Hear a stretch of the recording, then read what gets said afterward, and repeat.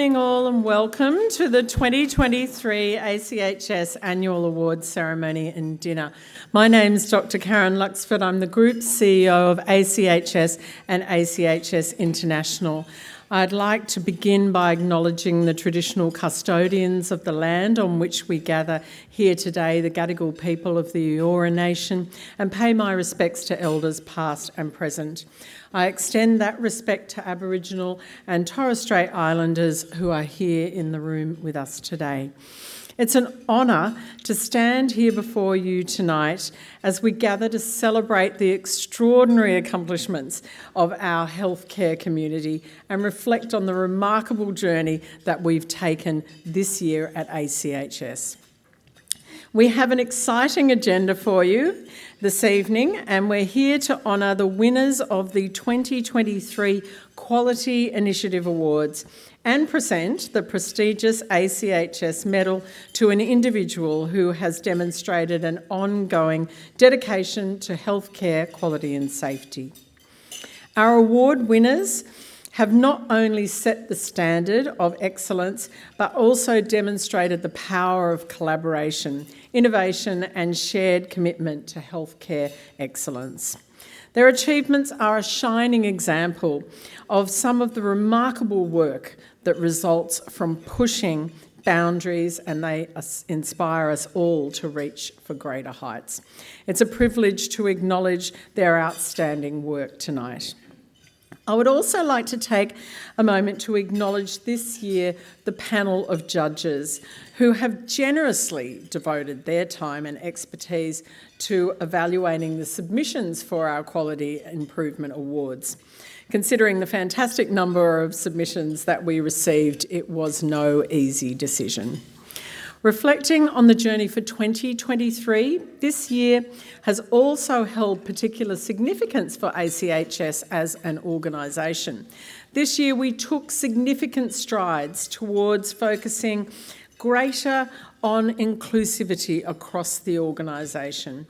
Some notable highlights include our Assessor Cultural Safety Training Days, which were held across the country, the commencement of our organisation's Reconciliation Action Plan, and our People and Culture Day that we held in-house with our staff who are engaging in meaningful conversations about how we kick off our new People and Culture strategy. These initiatives have reinforced our belief that understanding and respecting diverse perspectives are crucial moving forward for us as an organisation.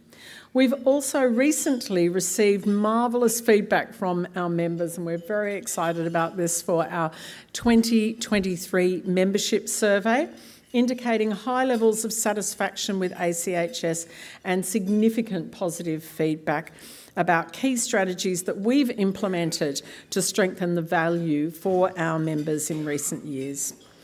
As you may be aware, the introduction of short notice assessments by the Australian Commission meant that this year was a time of noticeable change for ACHS members. Embracing that change, adapting and evolving are integral aspects of the journey towards excellence. And I'm proud of how our staff in particular have stepped up to these new challenges and worked tirelessly behind the scenes to support our valued members along with our assessors through these times of change. To our dedicated staff, assessors, valued board and council members, many of whom are here with us tonight, I extend my deepest gratitude for your exceptional work that drives our organisation's success. At the core of what we do lies our commitment to patients, to families, to carers and the entire healthcare community. Quality and safety guide us in every endeavour and inspire us to consistently raise the bar. I want to thank you all for joining us here tonight to celebrate these incredible accomplishments and for your ongoing support of ACHS. We are here because of our shared commitment to making a difference. Our achievements are a testament to the strength and dedication of our amazing community. As we reflect on the accomplishments this year, I'm proud to see the positive impacts of our work continues across the broader community. Our hashtag for this evening is hashtag ACHS Awards 23, if you'd like to share some of the experiences tonight with your colleagues online. So now, without further ado, I'd like to welcome to the stage our ACHS President and Chair of the ACHS Board, Professor Len Nataris AO.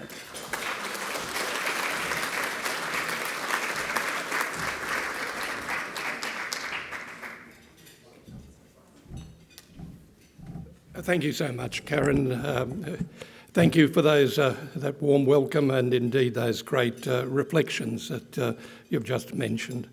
As President of ACHS and Chair of the ACHS Board, it gives me great pleasure to extend my welcome, a personal welcome, to all that have gathered here tonight, each and every one of you. Thank you so much for being here and thank you so much for making ACHS what it is. We come together to honour and celebrate the remarkable achievements of our healthcare community. As Karen mentioned, we've got a jam-packed agenda tonight, and I'm excited to note the very special guest speaker tonight, Ms.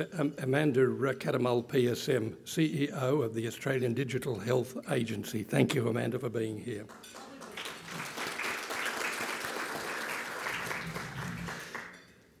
Amanda, it is really wonderful that you could make it, and you'll be speaking to us in a little while, so thank you so much for that. There are a few people I'd also like to acknowledge tonight.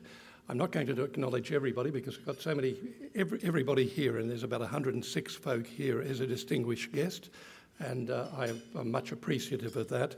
But there's a couple of people I'd like to call out. As we begin the evening tonight, our retiring members, Mr. Tony Lawson and indeed Dr. Nola Whitby AM, who are both with us tonight and will continue to be with us one way or the other into the future, I dare say. I was just taking one of your lines, Brett.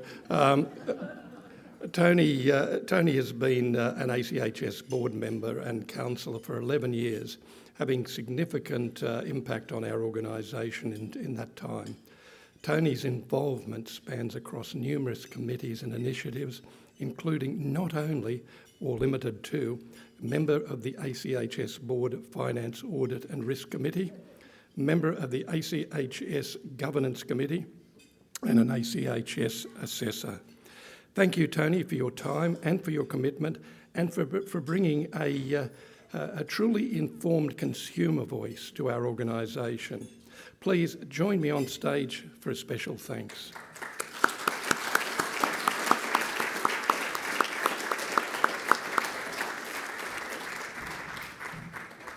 Tony, great pleasure to present you with a small moment. Secondly, Dr. Nola Whitby, AM, has served on the board as a councillor for a remarkable 20 years. 20 years. She was only 10 when she started. 8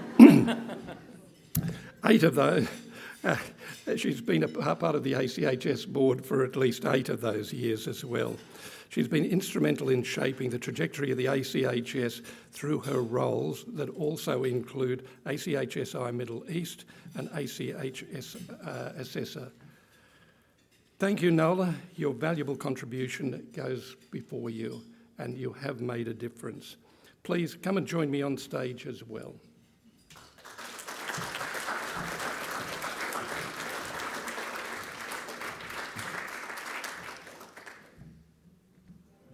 Thank you so much. Thank you so much.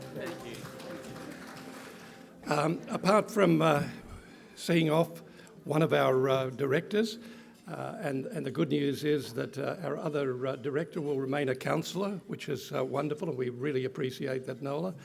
I'm delighted to welcome 2 freshly minted. We had our AGM this afternoon, so they're freshly minted, to our board members, to our distinguished team, Bernadette Legnane and Ros Chataway.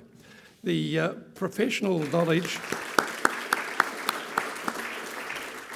Their professional knowledge and expertise will undoubtedly further enrich our strategic discussions and indeed contribute to our shared vision, inspiring excellence in every way in healthcare. Thank you for joining us. At this moment, I'd also like to acknowledge our fabulous staff at ACHS, fabulous staff that are really the backbone of what goes on. We have a wonderful CEO in Karen Luxford. We have 3 wonderful executive directors, and we have a series of managers and others who do a fabulous job, the very backbone of the organisation. Not forgetting, of course, the assessors and all of those other people that make our vision a reality. I thank you all for that work and the ongoing work that's involved. Now I'm delighted, truly delighted, to formally launch the Australasian Clinical Indicators Report 2015-2012, otherwise known as ACHS. The new report summarises the data submitted to our clinical indicator program, highlighting significant trends in healthcare data over time. We've made a huge advancement in our performance data system this year, and it's an iconic move, when it's the launch of our new platform, Metric, which is transforming the way in which our members track, analyse and benchmark their data, and ultimately improve quality initiatives throughout patient safety and quality. As part of the launch, we wanted to share with you a wonderful promotional video that we'll now see. Since 1989, ACHS has been at the forefront of health data measurement. For over 3 decades, our members have been contributing performance data on clinical indicators and supporting their work in safety and quality. So the Clinical Indicator Program is a benchmarking service that provides context to your healthcare data. So the program allows us to collect, monitor and analyse the data to identify areas for improvement which lead to quality initiatives that can be implemented across the organisations to improve patients' quality of care. And now we are introducing our next innovation in health data benchmarking, a revolutionary new platform that will transform the way healthcare organisations track, benchmark and analyse their data to drive quality improvement. This is Metric. Metric is a new platform that's going to transform data performance, benchmarking and analytics. Metric is an advanced measurement and analytics tool that compares data from organisations like yours against similar facilities from across Australia and around the world. The metric system enables us to benchmark on a deeper level. We can really take a deep dive into patient outcomes. We can be more targeted and focused. Using heat maps and graphs, it shows you where greater efficiencies can be found, where resources are needed, and any potential issues that, when solved, will improve the safety of your patients. Our main focus, because we're clinicians, is to get straight onto the improvement of our care. So if we take time for collecting data, gearing away from the time instead of us improving our services. The metric system is going to be a game changer for the healthcare system. Welcome to the future of health data, performance and improvement. Request a demo today.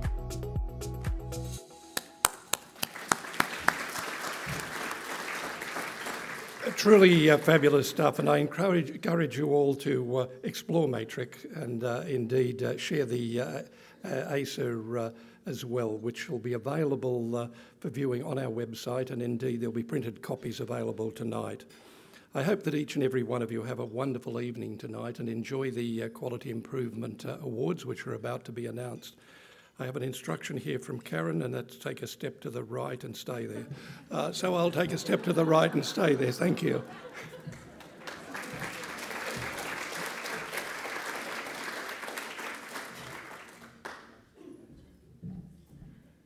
It's not a dance. Thanks very much, Len. And this brings me to the point of the program where we have immense pleasure in announcing the much anticipated winners of the 2023 Quality Improvement Awards. We received an impressive number of entries in this year, and I must once again take this opportunity to commend our judges and all the award entrants for your fantastic submissions. The Quality Improvement Awards are now in its 26th year and recognises healthcare organisations for their exceptional efforts in quality improvement activities, initiatives and strategies. I'll begin by announcing the recipients in each category, starting with the highly commended, before then announcing the winners. We will share a short video from each of the category winners, where they will be elaborating on their quality improvement projects, and we will then invite each of the winners to the stage to collect their awards. The awards are presented in 3 categories. Firstly, clinical excellence and patient safety. Second, non-clinical service delivery. And thirdly, healthcare measurement. So let's start. A highly commended certificate is awarded in the clinical excellence and patient safety category to the following 3 healthcare organisations. Central Adelaide Local Health Network South Australia for their submission My Prehab program, a hospital-initiated community-based digital prehabilitation program. You should try that sentence. Epworth Healthcare Victoria for their submission Voluntary Assisted Dying at Epworth, an end-of-life care option placing patients and families at the centre of decision-making. And thirdly is highly commended Adventist Healthcare Limited New South Wales for their submission Communicating for Safety through Radiographer, commenting on improving patient outcomes and reducing errors. And the winner of the ACHS Clinical Excellence and Patient Safety category is Central Adelaide LHN Network for their submission Hep C is everyone's business. In 2016, our team set out to eliminate hepatitis C from South Australian prisons through a multifaceted collaborative model which facilitated effective coordination and allowed continuity of care. In March 2016, some new direct-acting antivirals for the treatment of hepatitis C became available in Australia, including for people in custody. Previous approaches for identifying hepatitis C infections in prisons resulted in missed opportunities for treatment due to the release of prisoners and movement across the state. With each site testing, identifying and initiating treatment, these missed opportunities all but disappeared. South Australian Prison Health developed a model that we called Hepatitis C, Everyone's Business, where testing, identification and treatment was everyone's business. We developed an approach including streamlined referral pathways for rapid testing and treatment, upskilling of the nursing and medical workforce, widespread advertising and education of the prison population. Blitz testing is part of the state-arranged episodes. Rapid testing also gave consumers the ability to have their results quickly. This process would have previously been weeks, sometimes months. This program boosted testing rates for bloodborne viruses inside SA prisons to record highs. A 2022 hepatitis C testing blitz screened nearly 40% of people in custody across several prisons. Only 8 people were identified as having acute and untreated hepatitis C at this time, and they were subsequently treated. Recent single-site testing in Port Augusta Prison failed to identify anyone with untreated hepatitis C. We are on target to declare South Australian prisons virtually hepatitis C free by the end of 2023, the first in Australia. So please come and join us to accept your award. Well done and congratulations. It gives me great pleasure to present that, so enjoy each and every one of you. You've done a fabulous job, so thank you.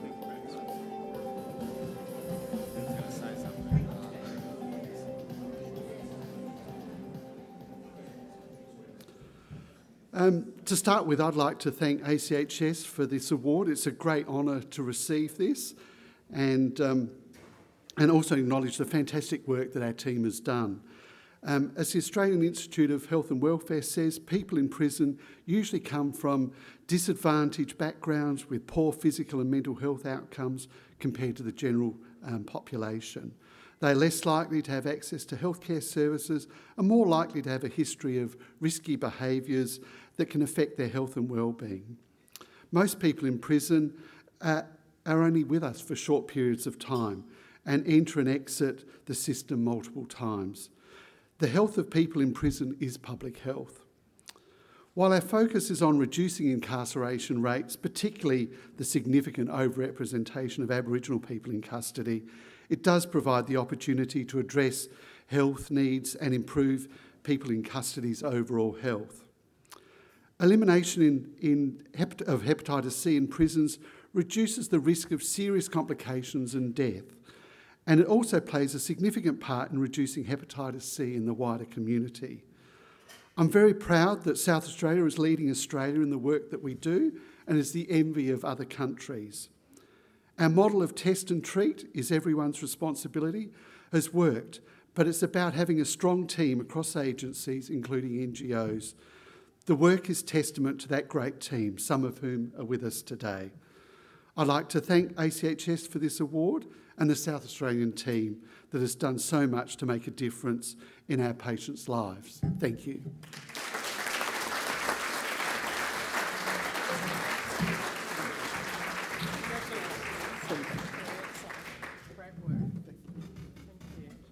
Well done, Central Adelaide Local Health Network. That was a fantastic outcome. So I'd now like to announce the highly commended and then winners for the non-clinical service category.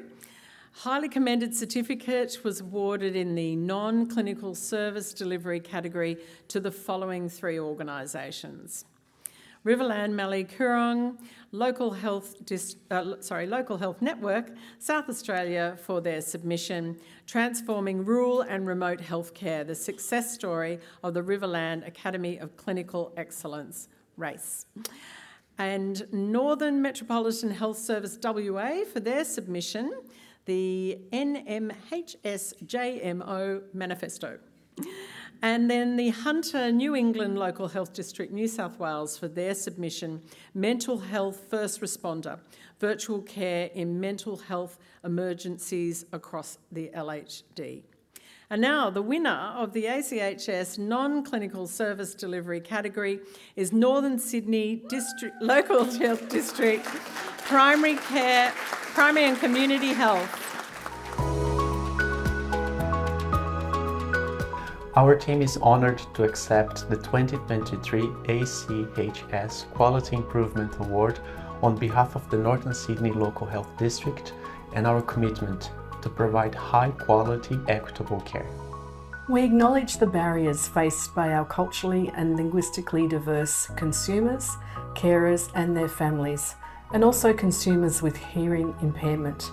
The Northern Sydney Virtual Care Team, together with the Healthcare Interpreter Services and the Multicultural Health Service, developed the project From Words to Images, implementing video interpreting.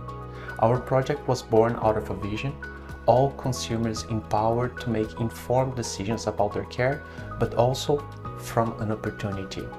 With our video conferencing technologies, we can connect it to all our participants online, no matter where we are.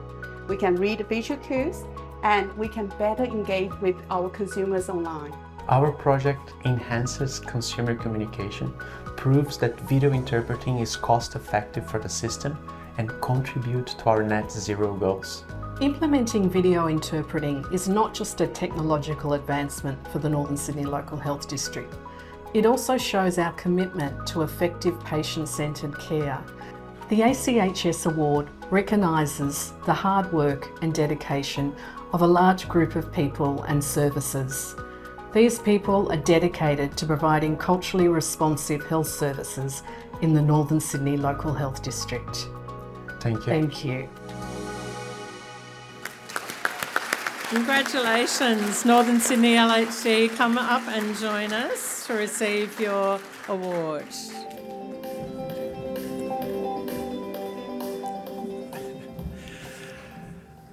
Well, I have to be honest with you, this can be very intimidating. Especially when English is not your first language. Yeah, that's true. One might feel extra anxious and vulnerable, exposed. And this is what our project is all about. Communication, language, should not be a barrier. That's how we connect with people. When we see our patients, that's when they need us the most. And we want them to have a positive experience. We want them to feel safe, embraced, taken care of, heard. And we can give them that. With virtual care, we can connect to a family member, a carer, a video interpreter, because they have a voice and we want to listen to them. So, it is an honor to be here today, but we haven't done this alone. We wouldn't be here without the support from our executive team and without our frontline staff. Because we developed the project, but they deliver the work every day to our diverse community. So, for their efforts, for the support we received, and for the recognition, thank you. Thank you very much.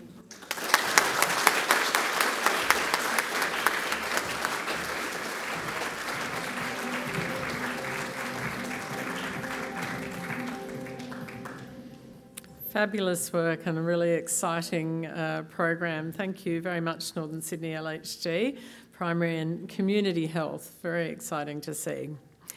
Our third and final category is the healthcare measurement category, and the highly commended certificate, there's only one in this category, was awarded for healthcare measurement to the following: Royal North Shore Hospital, New South Wales, for their submission on spinal plastic service, Nothing About Us Without Us. And the winner of the ACHS Healthcare Measurement category is Royal North Shore Hospital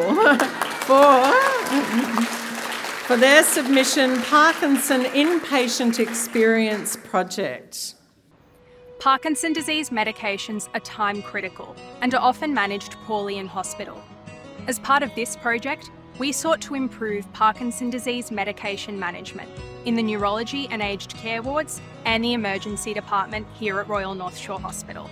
Our project was a team effort. We were supported by the Centre for Clinical Redesign in partnership with the ACI and UTAS to work with our local nurses and pharmacists and prescribers to improve our medication management for people with Parkinson's disease.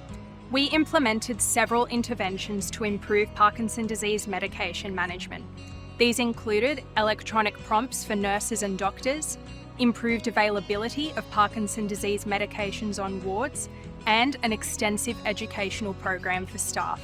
We've improved timeliness of administration of Parkinson's medications to within 15 minutes of the prescribed time. We've reduced prescribing errors and improved the timeliness of pharmacist reviews for people with Parkinson's disease. We are so grateful to have had the opportunity to improve medication safety for patients with Parkinson's disease. We've improved symptom control and the experience of being an inpatient for both patients and carers here at Royal North Shore Hospital. Please come and join us to accept your award.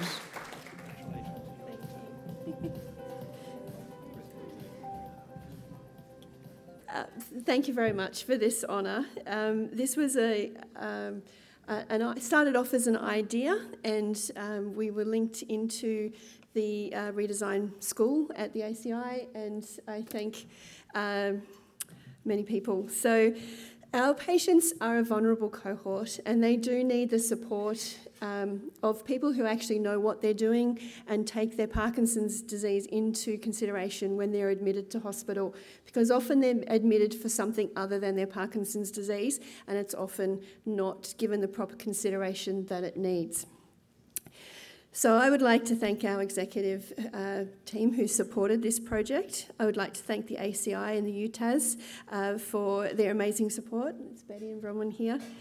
I'd like to thank the staff from the neurology, aged care and emergency departments who came up with a host of ideas, asked questions and really encouraged Marissa and I to ask the questions of the people who might be able to make those things reality.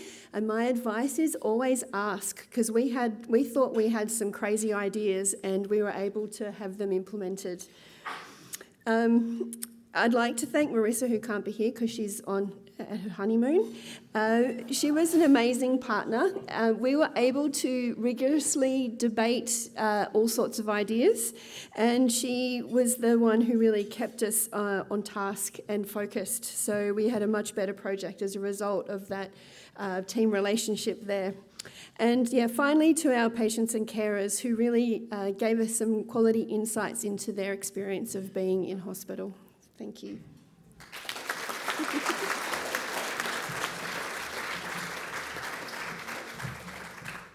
Congratulations and thanks to all our QI Award winners for putting together those fantastic videos. Another round of applause for it. What incredible and inspiring initiatives that you have put in place, and you've really set the bar high, showing us what is capable in healthcare services. You should be very proud of your inspiring work. Now, I'd like to just take a moment to acknowledge all of our dedicated ACHS assessors, many of you who are with us here in the room tonight. You do incredible work, and I continue to receive the most amazing feedback from our member organisations. And I'd like to pay a special thanks to all the assessors who participated in our milestone cultural safety training session earlier this year. There was wonderful commitment to that training. The session focused mainly on how we as a community can ensure that we are delivering services in a manner that is inclusive and culturally sensitive, particularly for our consumers who have Aboriginal and Torres Strait Islander heritage. This was an important event for ACHS, and particularly as we continue to progress with our own organisation's strategic plan and working towards fostering greater diversity and inclusion. Thank you to our assessors for your dedication to these vital principles. In addition, we welcomed a new cohort of talented assessors this year. Congratulations. As part of our ACHS assessor team, you will be integral to driving our mission forward in excellence and maintaining the highest of standards in healthcare across the nation. We very much look forward to the knowledge and the expertise that you will bring. Finally, I'd like to acknowledge our exceptional staff. Most noticeably this year, ACHS staff have been busy supporting our members in their transition to short notice assessments and a significant number of changes in programs and processes. I'm very proud to see all the hard work of our staff that has come to fruition. I personally have heard great feedback from our members, and this shines through in our membership survey results. And I know that the management and the executive team can say the same. Whether you work behind the scenes or at the forefront of our organisation interacting with our members, you contribute an incredible amount, and that is valued very much. Well done.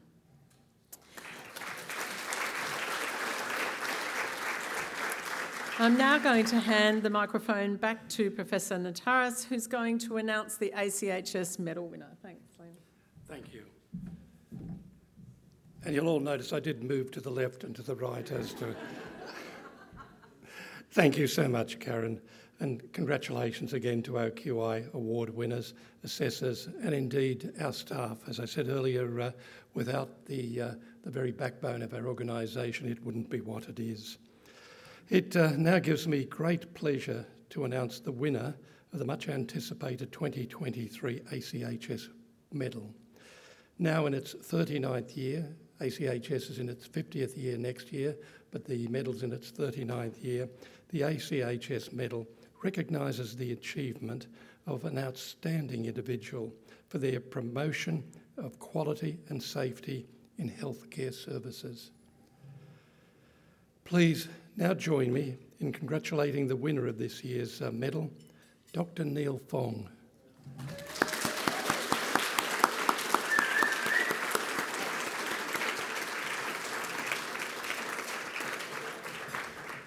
Dr. Fong has been nominated for his outstanding achievement in the promotion of quality in healthcare.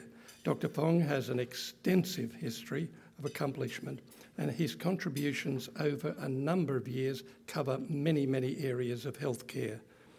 As a registered medical practitioner with over 35 years' experience in a wide range of leadership roles in the private and indeed public sector, Dr. Fong has held and continues to hold senior positions in all healthcare sectors covering government, services, private hospitals, academia, health services and research, public health, aged care and not-for-profit organisations. During his early career as a doctor, Dr. Fong was asked to establish and manage the first HIV/AIDS assessment in Perth, WA. This was a new disease, and this is during the 80s when we didn't know exactly what was going on, but we knew it was bad. A new disease at a time that attracted a lot of public attention and indeed angst. He was involved in establishing new policies, standards, and indeed protocols for assessing, for diagnosing, and for referring patients with a positive HIV diagnosis. This was not the only first during his career. He was a founding partner and chief medical officer of the Bali International Medical Centre, the first Western standard tourist and expatriate service in Bali, Indonesia. This clinic cared for just on 70 casualties during the tragic Bali bombing of October 2002.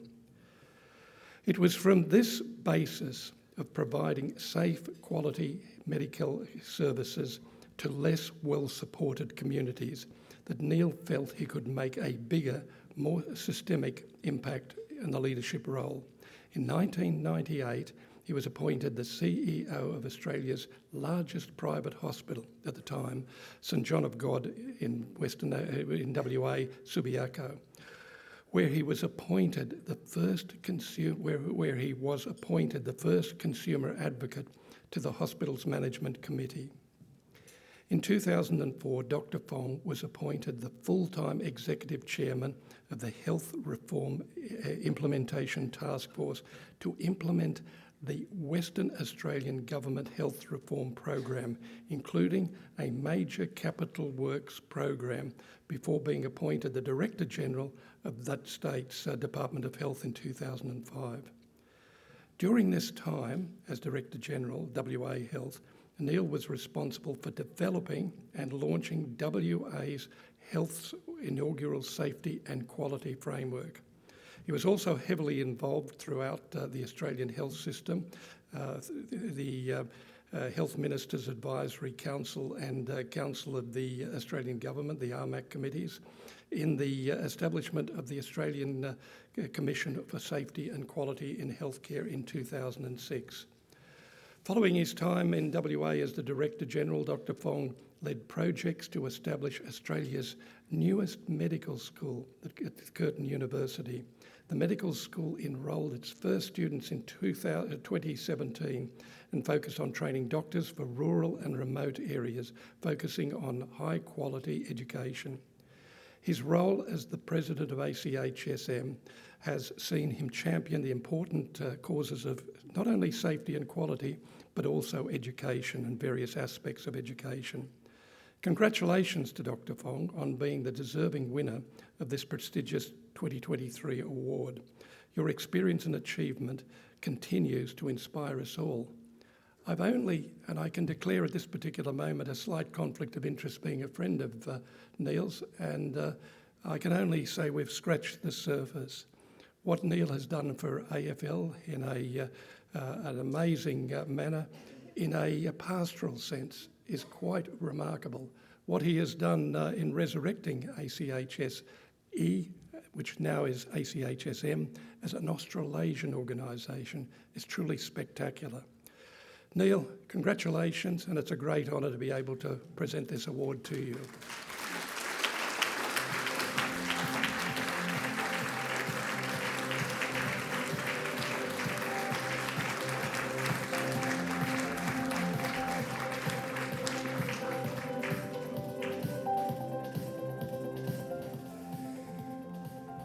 Well, thank you very much, Len, and the ACHS Council and Board for awarding me this very prestigious honour. I am deeply honoured, and thank you, Karen, and all of your staff too, for the great work that this organisation does in the leadership space in quality and safety in healthcare, which is so integral to all of our healthcare systems, whether it be in Australia, New Zealand or broader field. And thank you for your innovations too. And I was talking to Margaret Banks down here from the Commission before, and the espousing of the SNAP program. I was talking to a senior manager of one of our Catholic hospitals here just yesterday, who have just been through SNAP and said it was so much better and so effectively done. So I think it's going to be a great innovation. And I think that's the issue with ACHS, as it is always changing. Healthcare standards need to be maintained, but they do change, and we need to move with those changes. 20 years ago, Jim Collins, many would know, wrote a book called Good to Great. That's been a mantra for mine in many of the roles that I've undertaken, organisations that I've been involved in over the past number of years, where it talks really about the fact that no matter how good you are, no matter how robust your strategy might be, no matter how good your performance is, we can always do better. We can always improve. And I think that's one of the great messages that ACHS brings to the Australian and wider healthcare systems, that of the continuous improvement. So I want to thank you for your role, Len, and all your people in this space.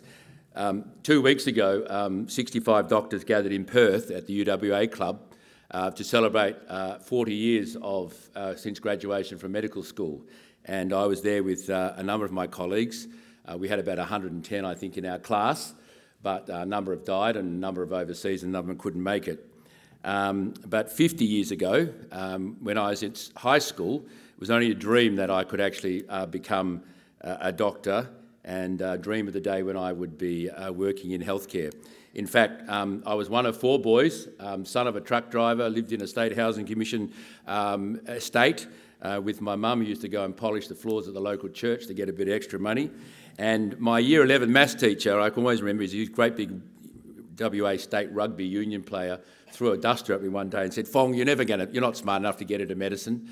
That started my journey of making sure that doors open and shut all the time. But you know, something about a closed door is that there's always an empty space behind it. You've heard that saying, I'm sure, before.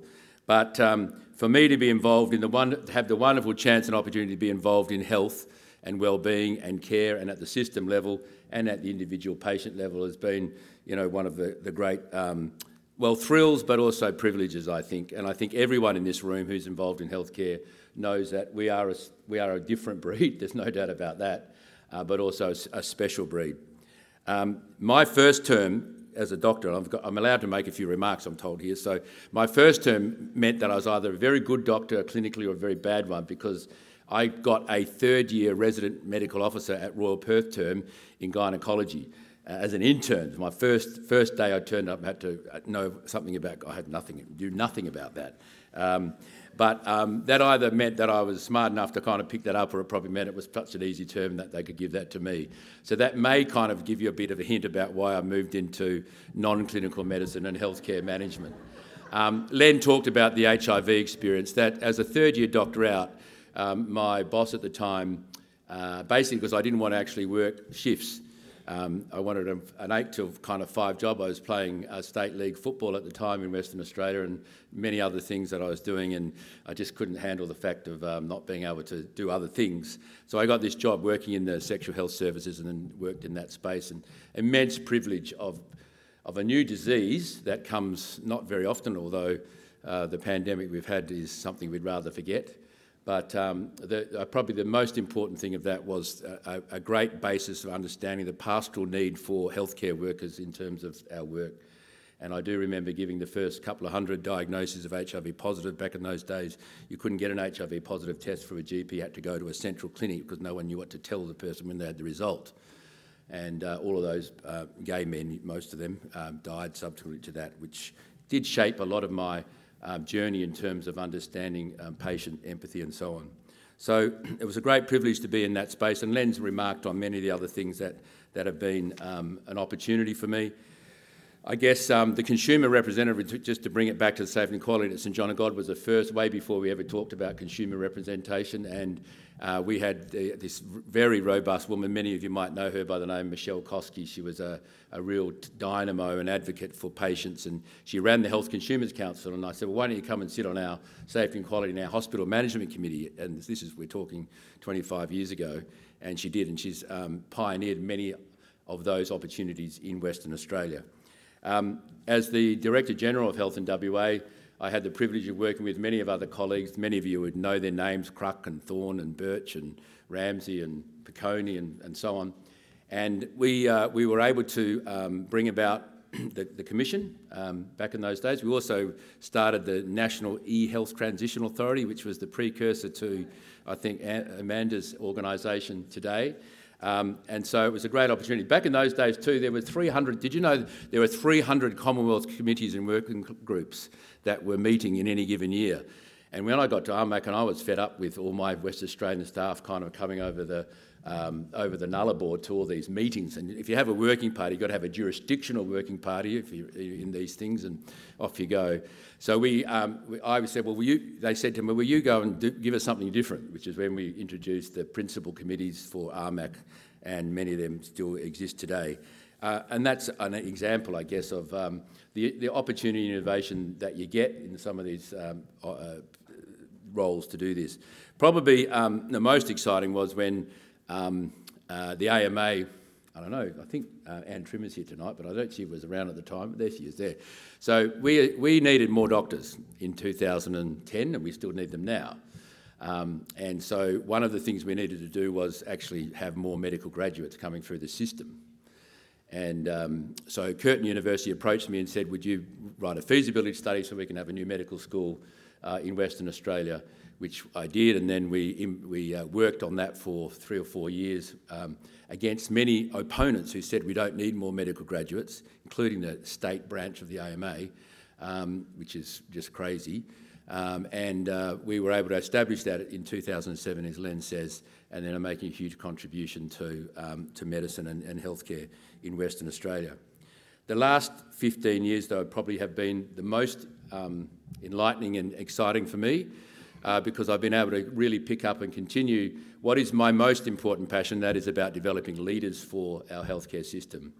And so it started for me when I did my theological training way back in Vancouver in the 90s, and I had the opportunity to be mentored by the mentee of Peter Drucker, who became my mentor, and this idea of ensuring that you equip people for their roles. You just don't give them a role, but you then got to equip them and support them in their roles and develop their leadership, that it's not a one-off. You can't just do a degree and then you're there forever.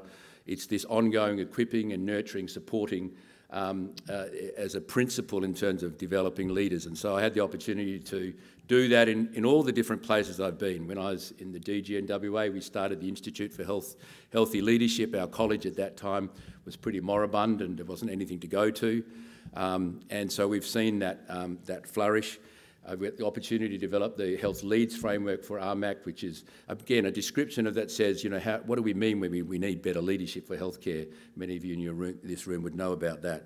And so probably with working with the Australasian College of Health Service Management over the past 10 years, our CEO is here today who celebrates 10 years last year of being the CEO there, we are attempting to raise the bar in terms of people's understanding of the need for professionalism in healthcare management and leadership.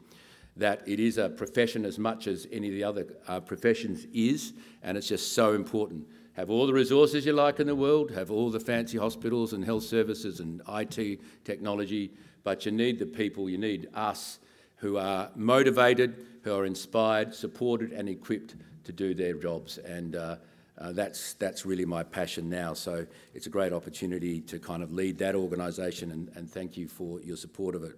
Lastly, I'm committed as an individual, and I hope you are too, many different ages here in the room tonight, to the journey of being a lifelong learner. We had a young lady from Western Australia speak at our Congress just a couple of months ago Holly Ransom, and she reminded me of the three different words, which I'll leave with you tonight. And if you remember, it's always nice to go away with something about about to unlearn, to learn, and to relearn. So to unlearn, to learn, and to relearn. To what am I unlearning, and that no longer serves me in my role? What am I learning to expand and develop myself further? And what am I relearning because it's important to me once more? So, just leave you with those three. Just keep thinking about that and be on that journey. And our college is about that, of supporting people in a lifelong journey of learning. President Harry Truman said this: "It's amazing what you can achieve when you don't care who gets the credit." And so I finish with that quote because I am honoured and humbled tonight to be given credit, in a sense, for my small contribution to healthcare, quality and safety and leadership. But the credit goes to all the people that I've worked with, also to my family, to my wife Peter and our kids, and all of my colleagues in so many different sectors and across Australia and further afield, and the organisations that I've worked with. I really do appreciate that and give them the credit as much as myself. So thank you very much for the honour. Thank you.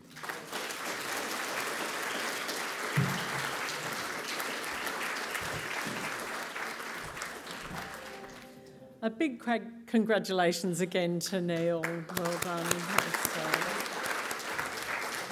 What incredible accomplishments and such an inspiration, and wonderful to hear some of those foundations around safety and quality in healthcare that have contributed to where we are today. So well done, Neil. It's my absolute pleasure now to introduce Amanda Cattermole, PSM, the CEO of Australian Digital Health Agency.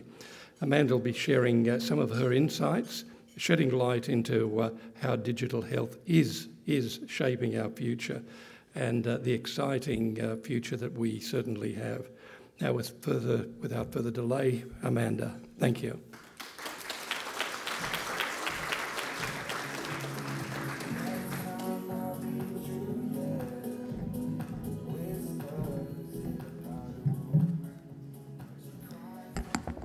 I am going to need the glasses. That's only a very small light there. So it always looks terribly undigital when I come up with my folder. But there's some things that old school is quite good for. This is one of them. Thank you so much to Len and to Karen for inviting me here tonight and being here with all of you. It's been truly inspiring, really, listening to the extraordinary work that you all do and hearing about those who've been runners-up and the winners of tonight's award. So thank you so much. It really is truly inspiring to be in such great company. And I'd like to acknowledge the traditional owners of the lands that we gather on when we come here tonight, pay my respects to elders past and present, and remember that together we walk in the footsteps of 60,000 years of stewardship and history, and it's a pretty powerful thing to be standing in the footsteps of. And one of the things I want to do tonight is a little bit of a call to action. And it's a challenging thing to do amongst people like you who are all already called to action in so many ways. But I want to talk a bit about what I believe to be the opportunity that we have here and now around digital enablement and support in being able to help shape the future in health and support all of you and your fellow health workers to do what it is that you do best and really enable that in the best possible way. So I'm going to have to make sure just want to follow my script a little bit by having to have these on because it's just a little bit dark here, but I just want to make sure we can have a conversation as well. So really, when I think about this lens, and I've been having conversations really right across Australia over the last 12 months, I wanted to think really hard tonight about quality and safety, the absolute backbone of what it is that we're trying to do when we think about digital reform, as much as when we think about all of the different roles that you play in the health sector. Now, it's a massive topic, and I know I've only got sort of 15 minutes, so I'm going to pick the eyes out of it a bit. There are a million things we could talk about. I know, for example, some of you are exploring AI during the day today, and that's a big topic in itself. But what I really want to do is focus on system-wide issues and talk about where I think digital reform can unlock changes that are going to really hopefully support the workforce, support the system, make it more sustainable, and really focus on quality and safety, the things that matter most. So to do that, I want to just look a little bit up and a little bit out, because there's something pretty powerful going on, and that is that this is becoming both a national and an international issue. And so I want to just touch on a few of what are the things that we're trying to grapple with when we think about digital? Like, what does it mean for digital to be supporting health right now at this critical moment in history? And to do that, I just want to have a look at some of the meta trends for a minute, some of the things that are shaping this nationally and internationally, because it is that significant at this very moment. And if you think about the question is, what's going on? What are the issues that we're facing? I think it's fair to say we've still got one of the best health systems in the world. I think we're all proud of it, and we've got no doubt, and it is, as much as anything, a testament to every one of you and all of our remarkable health workers. But we know that we've got a stack of headwinds coming. We've seen them coming for a while. They've been coalescing, and they are really forcing us to think about significant change. Not iterative change, but significant change. We know we're still more fractured than we need to be. It's still more fragmented. We know that and those cracks were exposed by COVID. All those things that we knew, those fissures that were there, were really busted open over the last few years, and they've made this, a really significant imperative. And I mean, you know all of these things, right? These are national topics, and you're living them every day. But I just want to have a peek and just sort of hold for a second, thinking about them, while I then think about what might we do in the digital space as distinct from all the others that might assist. So firstly, if you just think at the macro level, so think about Australia at the macro level, we've got a whole lot of profound shifts going on at that level. If you have a look at the intergenerational report that was published each year, that Treasury brings out every few years, it says what is going on at the economy-wide level. These are the things they've identified: population ageing, technology and digital transformation, climate change and the net zero agenda, rising demand for care and support, and geopolitical risk and fragmentation, which we're seeing. But if you think about those top tier issues, health is featured in at least 4 of them, and arguably all. And even if you think about the climate change agenda, we already know that's going to have implications. It's got access implications for healthcare. It is going to challenge ways of working as well. But just think about that for a minute. Health features in at least 4 of the 5 biggest macro trends that are being identified for the Australian economy. So it is by no means trivial. And in some ways, it's not surprising. These are things that we're sort of already knowing in our bits of working in the health system. If we have a look, for example, at government expenditure, we know, of course, that health is a significant component and rising.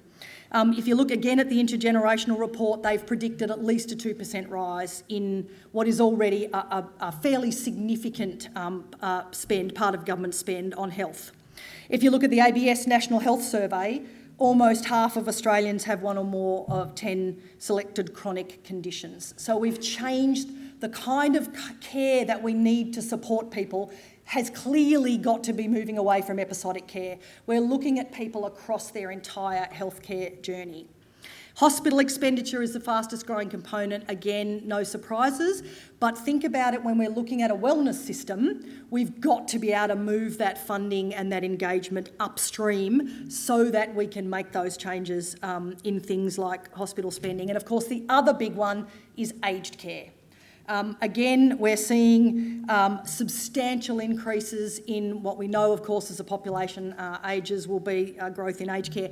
And that's not just a connectivity and health issue, it's a policy question too, of course, because if the biggest spend is in residential aged care, which is what is predicted, that is not the policy paradigm that we want to be in going forward for our older Australians. So we have to look at other ways to shift the dial on where that spend goes and why.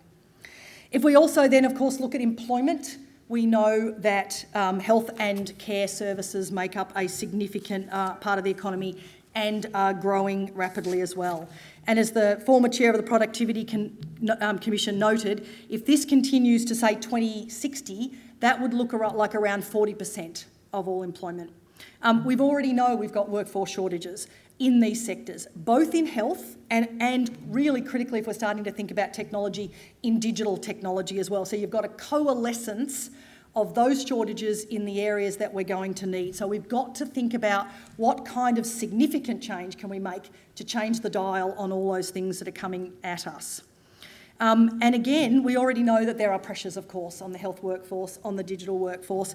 In fact, the Tech Council of Australia has suggested that in technology, we're likely to fall about 200,000 people short of the target that has been set for the kind of people who need to be engaged in technology by 2030. And we know that our healthcare workers are under pressure already and have been for some time. So this change has to be system-wide and it has to be really significant to ensure that we can take away things that are really getting in the way of our healthcare workers doing what they do best, that we free up system time to give back to care, and that we see it across the board, that it isn't just pockets, it has to be systemic. And we've seen a whole lot of stuff. We've seen, innovative models of care, virtual care, of course, and because we've now got, broader and faster and more reliable internet connections, that has obviously provided greater opportunity for things like virtual care, video conferencing, so on. There's so many of those technologies and tools that we could talk about, but I don't want to focus on any of them. They're all really critical and worthy topics in their own right. But what I do want to think about is the transformation that is needed across the system to pull all those pieces together and to affect the kind of significant change that is going to actually give back to the health workforce and really critically, of course, to Australian healthcare consumers themselves. And that is going to mean that we need to tool up our healthcare workers, obviously, that digital literacy. We need to lift beyond pockets of excellence. We need to ensure that everyone's enabled to be part of this story and that it is a story of access and equity, not a story of slices of excellence, even though obviously those pilots, those opportunities are really critical, but this has to start to join up. The other profound change that I think really comes into play here that is so important, and it's come out so many times tonight, and it really is, frankly, the way you're sort of living this, but it is profound at a national level, is that Australians are demanding more from services, including health services, and of course, as they rightly should. But that is a revolution. We've seen it. We do, the Consumers Health Forum's done a remarkable survey about this work. We know that it is true nationally. And we see it in all of the testing that we do with Australians in terms of their relationship with digital health. They want more, they expect more from their modern healthcare system, and of course they want it to be like the other services that they use every day, banking and retail and so on and so on.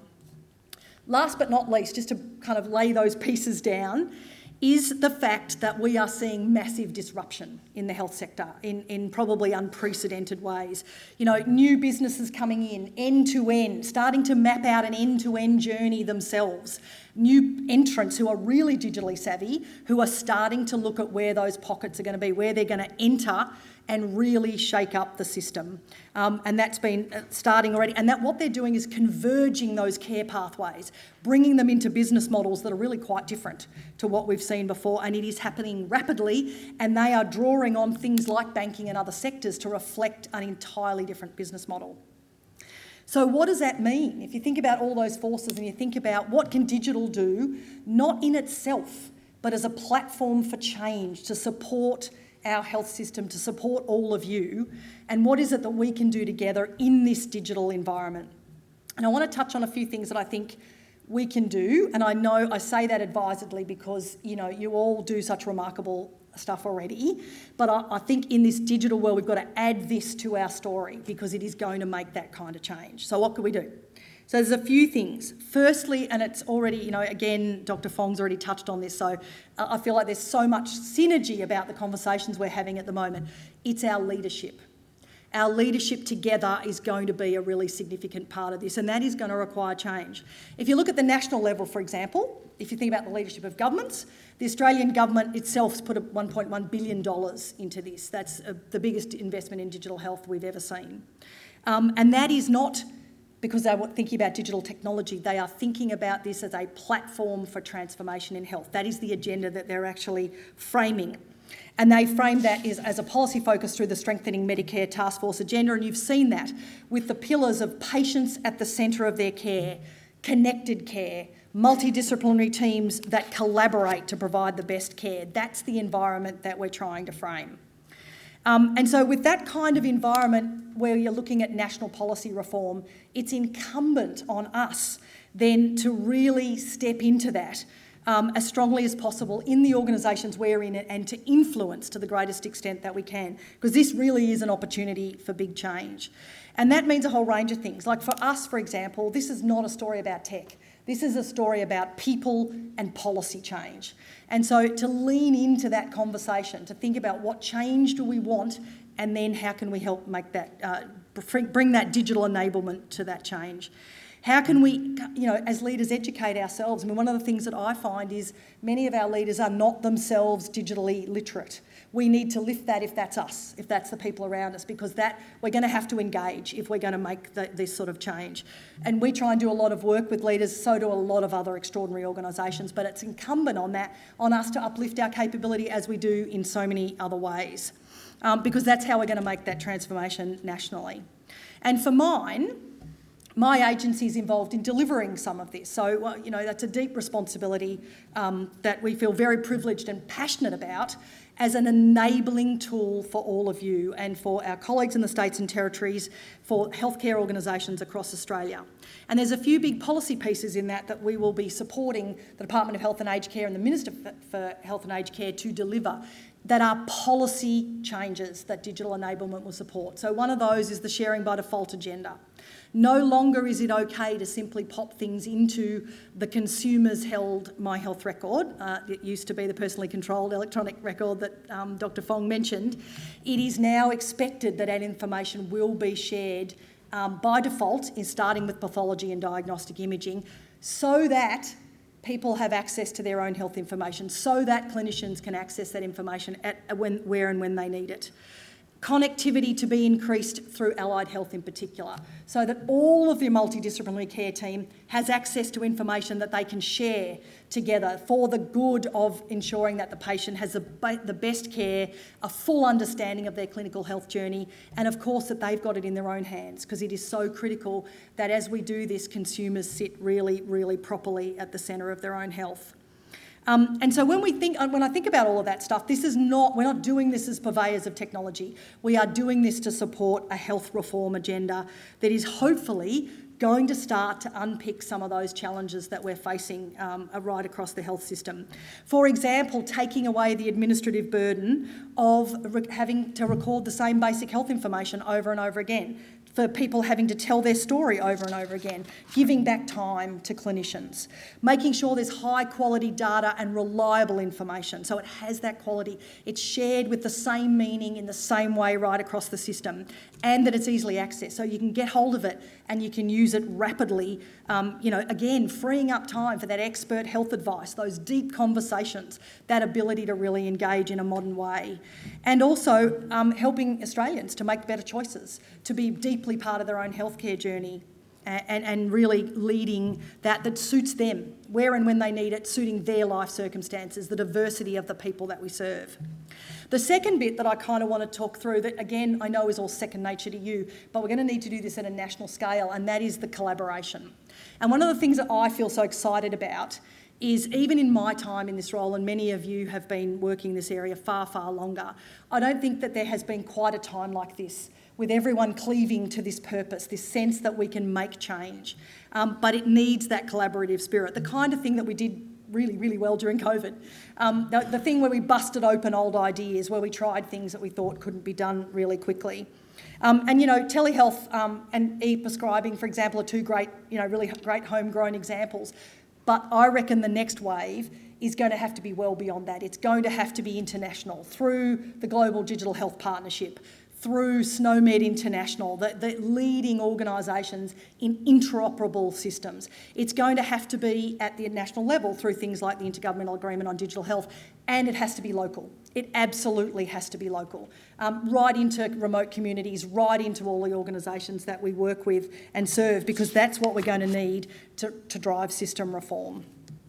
And I do want to then touch a little bit more on interoperability, because I reckon at a system level, alongside all the many, many things going on across all healthcare organisations, this is the big transformation piece. It's the thing everyone's talked about forever, the notion that you would have a joined-up system where information can pass securely and seamlessly, understood in every place and drawn down across every place. Now, that sounds great, it sounds really worthy, and it has really eluded us until now. It is, if it was easy, we would have done it. But it is absolutely going to make the difference in terms of that information sharing. And as I said before, because the truth is right now, while there's pockets of excellence, loads of them, we do not have a joined-up system. It is still too fragmented. There's still too many unnecessary reworks and procedures that create clinical risk and poorer health outcomes. So that harmonisation across settings, across borders is hard but absolutely critical. In July this year, the National Health Interoperability Plan came into existence after nearly 2 years of consultations right across the health sector, the technology sector, governments and so on, and it frames a national plan for getting this done. In addition, there's now a Council for Connected Care made up of a remarkable group of healthcare leaders, government leaders, technology, academia, consumer health representatives, framing how we get this done together, with a clear plan of action for going forward and a bunch of stuff that is already underway. And that the whole point of this plan is that there will be accessible, shared health information, inclusive and moving seamlessly across the system, supporting individual privacy, focused on consent, but ensuring that the information is where it is needed. And in doing so, it does things like focused on health identifiers, so we know exactly who everyone is in the system in a really clear way. The backbone of a system that you can trust, that's reliable and that you know where everyone is. And it relies on standards and specifications where you can have that information moving around in commonly understood ways, shared properly right across the system. And I think, as we all know, that kind of interconnected care is going to be safer care. It is going to enable that quality of data, that sharing of information, and that opportunity for that better care at the point of the patient. And it's going to really obviously drive better outcomes. And some of that's already underway, and one of the things that I think is most exciting is the role that standards organisations are playing together in this. So Standards Australia, HL7, GS1 and others, CSIRO, coming together to develop, and the communities of practice that they support, develop the specifications, the clinical terminologies and the standards that will actually make this real. And that is no mean feat. They're remarkable communities of practice who drive this work every day, frequently on a volunteer basis, working out what's needed, which standards, in which case, for what care. And so that really is going to be a really powerful tool for the future. And then lastly, the last thing I want to touch on here that I think is something also that I know many of you think about deeply, and that is clinical governance and governance in this context. There is going to need to be change. I think we are on the verge of thinking a lot deeply about the kind of governance systems that we're going to need in digital health if it is going to be a kind of system-wide platform for change. And there's a whole range of them. Data governance. You know, they are many places that we look at do not have yet mature systems of data governance. We are suddenly going to find ourselves in a world of data unlike anything we've seen before. So we need to support the kind of systems that are going to make that safe, that are going to support privacy, that are going to make that kind of decision making, and use data in the ways that we know that are, again, going to make huge changes, wrapped around with ethical standards, regulatory regimes that support, and so on. Systems governance, the work that your accreditation people do in checking that what people say they said and have done at a systems level is actually what they've done. It's a powerful tool for ensuring that we can get this right across the system. And really also, thinking about clinical governance in a digital context. It's great for us to be running away with new ideas and new products and technologies, but if we're going to really make sure that we have the bones of a trusted system going forward, we need to get that clinical governance right in a digital health context, and that is brand new. That is an emerging framework for thinking that we need to make sure is really at the forefront of healthcare as we're thinking it through. And we're on this journey too. Our agency has recently stood up a clinical governance framework, which we've been sharing with healthcare colleagues. and really looking at and nesting it on those same principles. And at the beginning of this year, in partnership with the Australian Commission on Quality and Safety in Healthcare, who of course also here today, we stood up the very first Clinical Governance Summit focused on digital health, asking the questions that we need to think about in a technology context as well as a clinical one. So these are kind of nascent areas of work that are really starting to come to the fore if we're going to make this change. And we need to do more of it. We need to partner more with organisations like yours. We need to keep these partnerships alive and deep. And we really need to bust through, as I said, some of those old paradigms if we're going to keep getting this change done so that we continue to provide fabulous safe care for Australians. And so I guess to kind of wrap that up a bit from my perspective, you know, we are at a point of remarkable change, probably unprecedented change that's affecting healthcare in Australia. And it's big, but it is also, I don't think we've ever seen quite a better time to be able to come, to be leaders, to have the great privilege of leadership in this space, to be collaborators, and we've learnt a lot more about collaboration, to generate new ideas, to really challenge, you know, policy reform, and to be deliverers, you know, to absolutely deliver great quality healthcare. And I think it is a once in a generation opportunity for really significant transformation at a system level, and for all the reasons we know, for our remarkable health workforce, so that we meet the contemporary needs and expectations of Australians as healthcare consumers. And because we have this wonderful system that we need to make sure is sustainable right into the future so that we continue to stand as tall as we so well have on the world stage.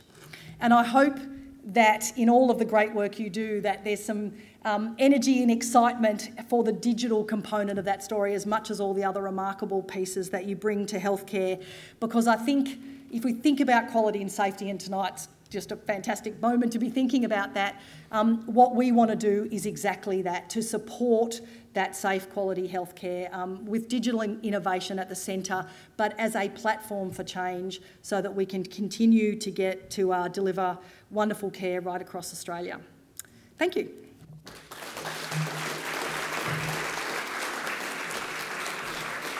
Thank you very much, Amanda, for that insightful speech on how we can bring digital enablement into reality and support health reform.